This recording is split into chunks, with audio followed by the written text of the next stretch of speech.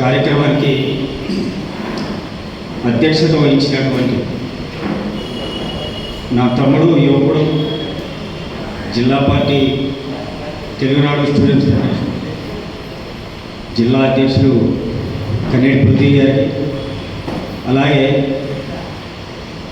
నా చిరకాల మిత్రుడు తమ్ముడు బాజీ అల్లాహరి, ఇంకా తమ్ముడికి అందరికీ కూడా శుభాకాంక్షలు తెలియజేస్తా ఉన్నాను.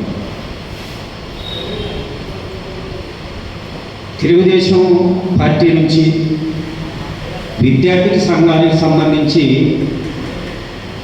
నారా చంద్రబాబు నాయుడు గారు చాలా ప్రణాళికలు వేశారు.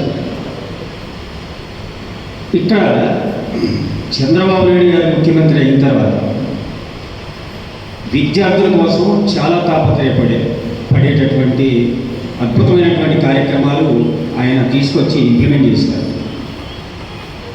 5 మెడికల్ కాలేజీలు ఉన్నటువంటి మెడికల్ కాలేజీలు దగ్గరగా 2000 మెడికల్ కాలేజీలు చేశారు. 18 ఇంజనీరింగ్ కాలేజీలు 95లో 18 ఇంజనీరింగ్ కాలేజీలు ఉన్నాయి. దగ్గర 20,000 ఇంజనీరింగ్ కాలేజీ చేశారు.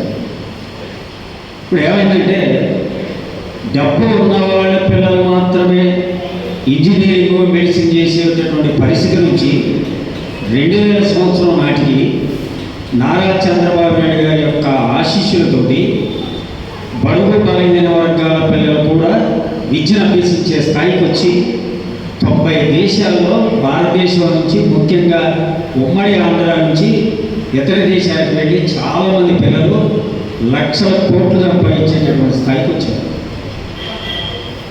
ఇక్కడ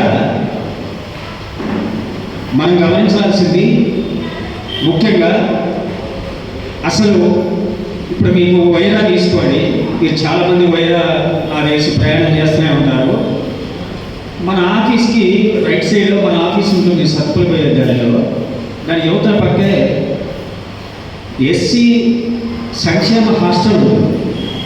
పాపం ఎంత దుర్భరమైనటువంటి పరిస్థితి ఉంటుందంటే, మా ఊరు రాపల్లి బ్రాహ్మణపల్లి పిల్లలు కొంతమంది ఉంటే నేను వాళ్ళకి ఏదో సమస్య వస్తే అక్కడ వార్డెన్ గారితో మాట్లాడటానికి పోయినా, ఎప్పుడో గత 10-12 సంవత్సరాల క్రితం.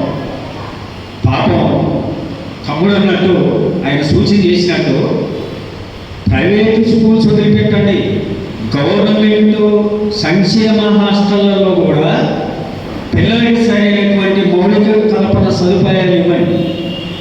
పాప వాళ్ళ బట్టలు నిజంగా స్నానం చేయడం విషయంలో కానీ ఎంత దుర్భరమైన పరిస్థితి ఉంటుందంటే, ఇక ఫుడ్ విషయానికి వస్తే చాలా దారుణం. పాప వాళ్ళు ఏం తింటారో ఏంటో. సరే మనం అంటే ఎట్లా బ్రతుకుతున్నాం, వాళ్ళ పరిస్థితి చెప్పండి. గిరిజన పిల్లలేంటి, కోయేళ్ళ పిల్లలేంటి, లంబాడీస్ పిల్లలేంటి, ఎస్సీస్ పిల్లలేంటి, ఎంత దారుణం ఉంటుందండి. బీసీ పిల్లలు వాళ్ళు చదువుకోవద్దా? ఒకటి బుద్ధి గారికి నేను ఈ సందర్భంగా ఒక మెయిన్ సూచన చేస్తా ఉన్నా. ఒక్కొక్క జిల్లాకి అసలు సంక్షేమ హాస్టల్కి, గిరిజన పాఠశాలలకి వాటికి సంబంధించి బడ్జెట్ అలొకేషన్ ఎంత ఉంది, బడ్జెట్ అలొకేషన్స్ ఎలా ఉన్నాయి, ఎంతమంది పిల్లలు ఉన్నారు, బడ్జెట్ అలొకేషన్స్ని వాళ్ళు ఎలా అమలు చేస్తున్నారు. దోపిడీ ఉందండి. 60% వార్డెన్స్ దోపిడీ చేస్తున్నారు.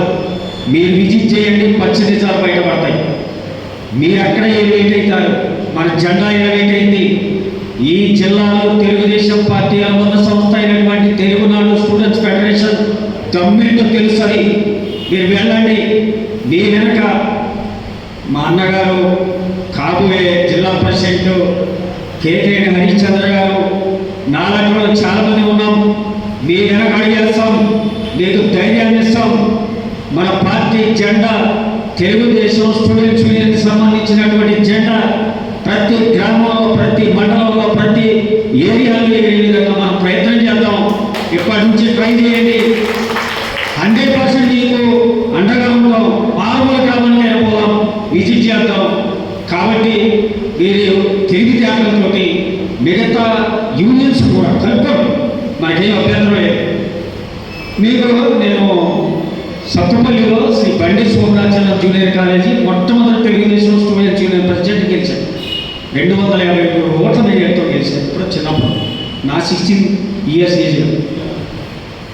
నా తమ్ముడు తర్వాత గెలిచాడు. మళ్ళీ ఆ ఏజ్ నుంచి మేము ఇదే తెలుగుదేశం పార్టీలో ఉన్నాం. మీకు ముఖ్యంగా కావాల్సింది తెలుగుదేశం జెండా ఎజెండా గుండెల మీద ఉండాలి. ఇది మాత్రం ముఖ్యం గుర్తుపెట్టుకోండి. నాయకుడిని అనుసరిస్తే నాయకుడు ఎమ్మటి వెళ్ళిపోతారు, జెండాను అనుసరిస్తే జెండా ఎమ్మటే ఉంటారు. జెండాను నమ్ముకోండి. పూర్వ వ్యక్తికి క్రమశిక్షణ ఇస్తుంది, విలువనిస్తుంది, దమ్మునిస్తుంది, ధైర్యాన్ని ఇస్తుంది. జై తెలుగుదేశం, జై తెలుగు రాష్ట్రం.